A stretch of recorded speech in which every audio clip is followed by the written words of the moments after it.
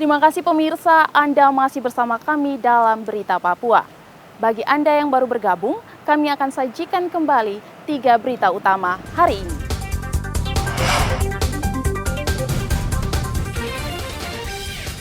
Gerebek markas kelompok kriminal bersenjata di Yahukimo, polisi sita senjata tajam dan dokumen Papua Merdeka.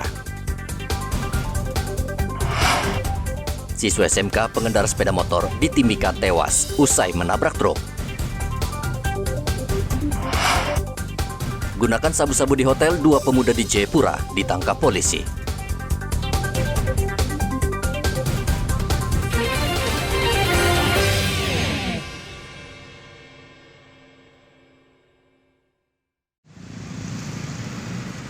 Hujan deras selama 2 hari terakhir di Merauke, Papua Selatan mengakibatkan titik api di Papua Selatan menurun drastis.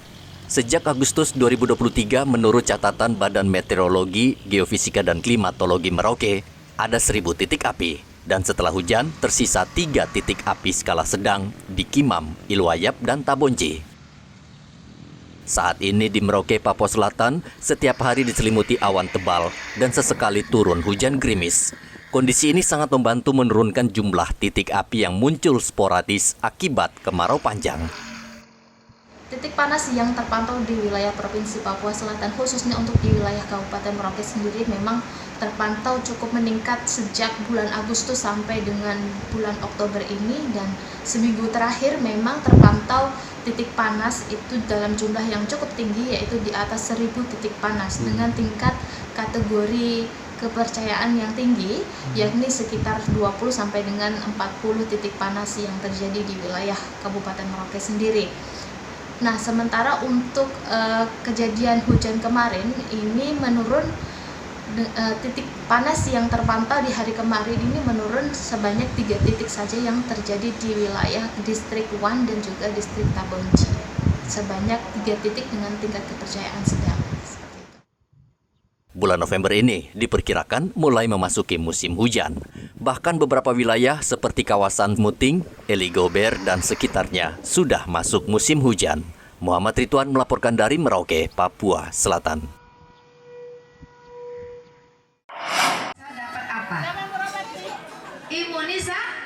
Pemerintah Kota Jayapura saat ini tengah berupaya menekan penyebaran kasus malaria yang cukup tinggi. Salah satu cara adalah dengan memberdayakan para kader malaria di setiap kampung agar pada tahun 2030 penyakit ini lenyap dari Jayapura. 247 kader malaria ini berkumpul mengikuti Jambore Malaria di kota Jayapura. Jambore ini bertujuan meningkatkan pengetahuan dan keterampilan membantu pemerintah kota Jayapura menekan penyebaran kasus malaria. Penyakit malaria merupakan masalah kesehatan yang perlu kita hadapi bersama. Malaria masih menjadi ancaman serius di beberapa daerah, termasuk di kota Jayapura. Oleh karena itu, keberadaan kader-kader malaria yang terlatih dan siap bertindak sangat penting dalam upaya pencegahan dan pengendalian penyakit ini. Melalui kegiatan Jambore Kader Malaria yang telah kita laksanakan ini, diharapkan seluruh peserta telah mendapatkan pengetahuan dan keterampilan yang lebih baik dalam mengenali, mencegah, dan mengatasi penyakit malaria. Selain Jayapura, Kota Timika dan Kabupaten Jayapura juga merupakan daerah yang banyak terserang penyakit malaria. Kota Jayapura menjadi salah satu yang juara ketiga setelah ranking 1 Kabupaten Mimika, ranking 2 Kabupaten Jayapura, dan ranking 3 kita di Kota Jayapura. Menyusul di belakang kita Kabupaten Kero. Di tempat-tempat inilah dicatat dan dikenal dengan angka-angka penularan malaria yang tinggi. Oleh karena itu dicari macam-macam daya, baik pemerintah, dinas kesehatan maupun kami Perdaki, wilayah Keuskupan Jayapura, dari segi gereja sebagai bidang swasta, bekerja sama dengan pemerintah untuk bersama-sama menangani ini, karena pemerintah sendiri juga memang bisa kewalahan karena tidak gampang menjangkau gaya hidup, pola hidup yang sesuai supaya dengan demikian eliminasi itu bisa berjalan lancar dan tenang. Malaria adalah penyakit yang disebabkan gigitan nyamuk Anopheles betina yang dapat menularkan parasit Plasmodius. Pemerintah setempat tengah berupaya melakukan fogging, pembagian kelambu, penanaman obat pencegah nyamuk seperti tanaman lavender dan serai. Menurut data Dinas Kesehatan Kota Jayapura, hingga Juli 2023, ada 21.000 orang yang terjangkit malaria di 5 distrik. Hendra melaporkan dari Kota Jayapura, Papua.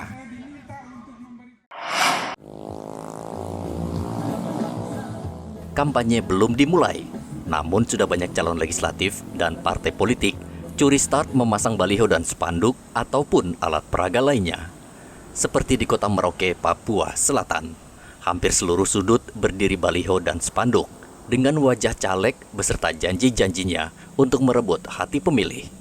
KPU Merauke sudah memberikan ultimatum bagi parpol dan caleg untuk segera menurunkan alat peraga tersebut, karena masa kampanye baru akan dimulai pada tanggal 28 November 2023 hingga tanggal 10 Februari 2024. Namun KPU tidak bisa menjatuhkan sanksi karena kewenangan tersebut berada di tangan Bawaslu. Ya, kalau proses kampanye kan dimulai tanggal 28 sesuai dengan tahapan 28 November sampai dengan 10 Februari 2024. Dan kita berharap bahwa partai-partai peserta pemilu juga mematuhi proses tahapan ini, dan kewenangan terkait dengan bagaimana penindakannya ini menjadi kewenangan dan ranah dari Bawaslu. Tapi kalau untuk sanksi, Bu, mungkin dari KPU atau berikan teguran ada, Bu? Terkait dengan ini kami sudah memberikan himbauan ya kepada partai politik untuk menurunkan baliho terkait dengan masa tahapan, mengingat masa tahapan kampanye akan belum dilaksanakan ya, dilaksanakan tanggal 28. Jadi kami sudah memberikan himbauan paling tidak untuk mengingatkan partai-partai peserta pemilu. Ada limit waktunya, Ibu, untuk himbauan tersebut? Mungkin sampai batas kapan mereka harus menurunkan semua itu?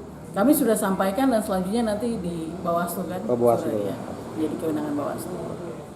Semakin dekat pemilu, aparat kepolisian semakin mempersiapkan diri menjaga keamanan agar pemilu berlangsung aman dan lancar.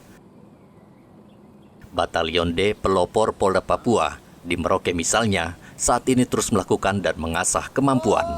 Sebagai pasukan pemukul saat situasi dalam keadaan kacau dan anarkistis, Brimob dituntut bisa menguasai situasi. Peningkatan kemampuan anggota Batalion D Pelopor dalam rangka mengantisipasi situasi keamanan dan ketertiban wilayah Papua Selatan. Kita meningkatkan latihan ini yang pertama untuk mempersiapkan anggota menghadapi pengamanan pemilu Pilkada. Yang kedua, untuk mengantisipasi keamanan dan ketertiban di wilayah Papua Selatan ini. Kami harus meningkatkan kemampuan agar sewaktu-waktu anggota kami digerakkan, kami siap untuk turun ke lapangan, membackup dan bertanggung jawab terhadap keamanan dan ketertiban di wilayah Papua Selatan ini. Saat ini Batalion D Pelopor Brimob Merauke memiliki 4 kompi yang tersebar di beberapa kawasan di wilayah Papua Selatan, seperti di Povendigul, Mapi, Wamena, dan Yahukimo. Sebelumnya pada Juli lalu, Batalion D menerima bantuan 50 personel untuk memperkuat pengamanan sehingga total menjadi 280 orang. Muhammad Ridwan melaporkan dari Merauke, Papua Selatan.